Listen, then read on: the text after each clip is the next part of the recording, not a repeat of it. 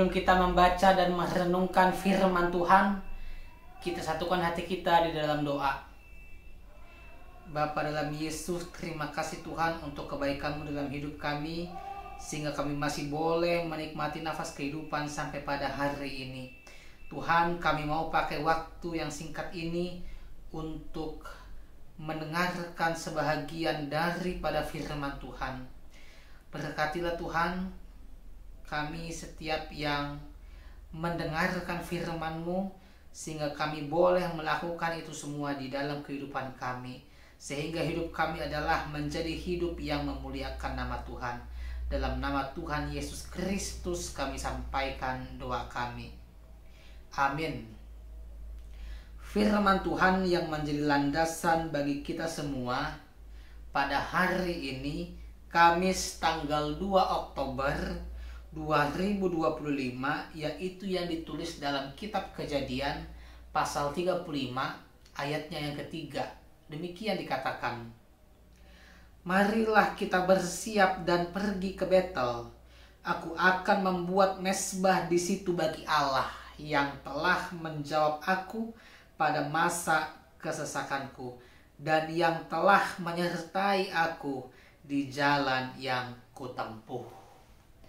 Bapak, Ibu, dan Saudara, firman kita ini adalah sebuah panggilan Allah kepada Yakub untuk datang kedua kalinya ke sebuah tempat yang telah ditetapkan Allah. Kita tahu bahwa Yakub adalah salah satu tokoh Alkitab yang dikasihi oleh Allah. Dia memiliki kakak yang bernama Esau. Kita tahu bahwa hak kesulungan sebetulnya adalah milik Esau. Tetapi Tuhan izinkan hak kesulungan itu jatuh ke dalam tangan Yakub, sehingga Tuhan melindungi Yakub kemanapun dia pergi. Sekalipun Esau sudah begitu berusaha semampu dia untuk mengejar dan membunuh Yakub. Ketika Yakub butuh pertolongan, disitulah Tuhan hadir bagi dia, menolong dia sehingga dia lepas dari kesesakannya. Jadi ketika Tuhan untuk kedua kalinya mengundang Yakub untuk ke Betel, di sana ada sebuah peristiwa penting yang hendak Tuhan sampaikan. Tuhan memberi Yakub sebuah pemaknaan baru akan namanya. Dia akan dikenal sebagai Israel. Israel kita tahu adalah umat yang dipilih oleh Allah, umat yang dikasihi oleh Allah. Walaupun ada begitu banyak kesalahan, pelanggaran yang dilakukan bangsa ini, status sebagai umat pilihan akan tetap melekat untuk selama-lamanya. Dan yang mengusung nama Israel itu adalah Yakub. Dan dalam teks ini, Yakub mengajak hamba-hambanya supaya bersiap-siap dan pergi ke Betel. Aku akan membuat mezbah di situ bagi Allah, sebab Allah menjawab aku pada masa kesesakanku dan yang telah menyertai aku di jalan yang kau tempuh. Sekarang Amang Inang, kita bayangkan hidup kita ini seperti Yakub. Kita tahu bahwa ada begitu banyak kesesakan, tantangan, ujian hidup yang mencoba membentur kita, hendak menjatuhkan kita. Tapi kita lihat sampai pada hari ini, segala sesuatu yang mencoba membuat kita sesak, kita mampu melewatinya, kita mampu memenangkannya, sehingga kita boleh sampai pada titik ini dalam kehidupan kita masing-masing. Kalau Yakub dahulu pergi untuk datang membuat mezbah bagi Allah, sekarang kita coba maknai, mari kita datang pergi ke rumah Allah, memuji dan memuliakan nama Dia. Kita tidak lagi dituntut untuk membangun bait Allah secara literal seperti yang disampaikan teks ini. Tapi kita buat ini lebih sederhana. Ajak hati kita, mari kita datang ke gereja memuji dan memuliakan Allah. Sekarang kita evaluasi Amang Inang. Sudah sejauh apa? Sudah seserius apa kita selama ini datang mengikuti kegiatan gereja? Apakah setiap minggu kita selalu datang? Atau apakah kita masih selang-seling datangnya? Atau bahkan hanya 1 kali 1 bulan, 1 kali 2 bulan, atau bagaimana? Jika kita telah mengkomitmenkan diri kita untuk rajin beribadah, ini adalah sebuah hal yang patut dipertahankan.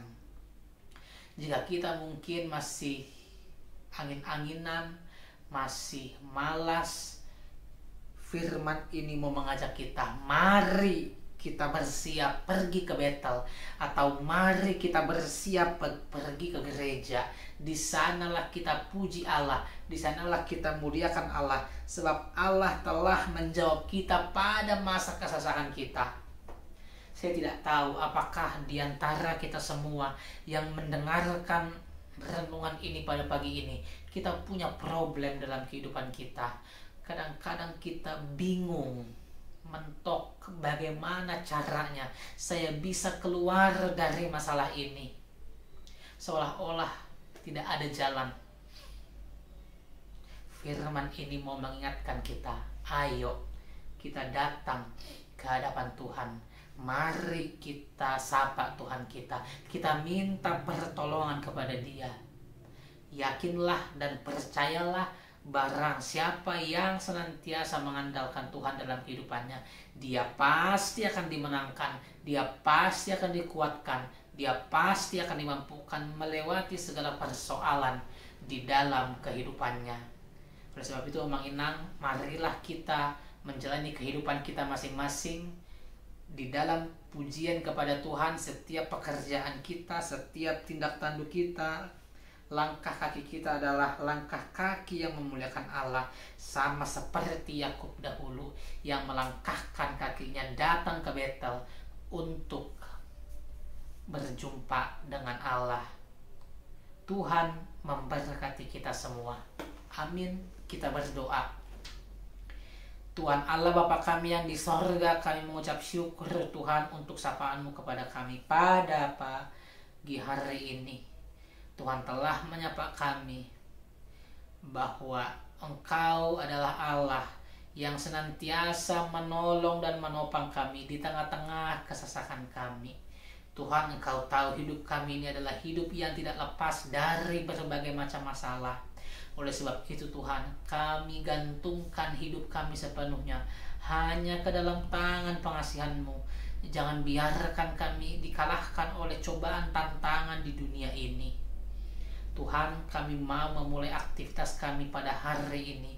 Kami mohon Tuhanlah yang memberkati kami sekalian, supaya kiranya setiap aktivitas kami adalah aktivitas yang melakukan kebaikan, mewujudkan cinta kasih, sehingga melalui kehidupan kami nama Allah semakin dimuliakan. Amin. Bapa kami yang di sorga, dikuduskanlah nama-Mu. Datanglah kerajaan-Mu, jadilah kehendak-Mu di bumi seperti di sorga. Berilah kami pada hari ini makanan kami yang secukupnya, dan ampunilah kami akan kesalahan kami, sama seperti kami juga mengampuni orang yang bersalah kepada kami. Dan janganlah bawa kami ke dalam pencobaan, tetapi lepaskanlah kami daripada yang jahat, karena Engkau punya kerajaan dan kuasa dan kemuliaan sampai selama-lamanya.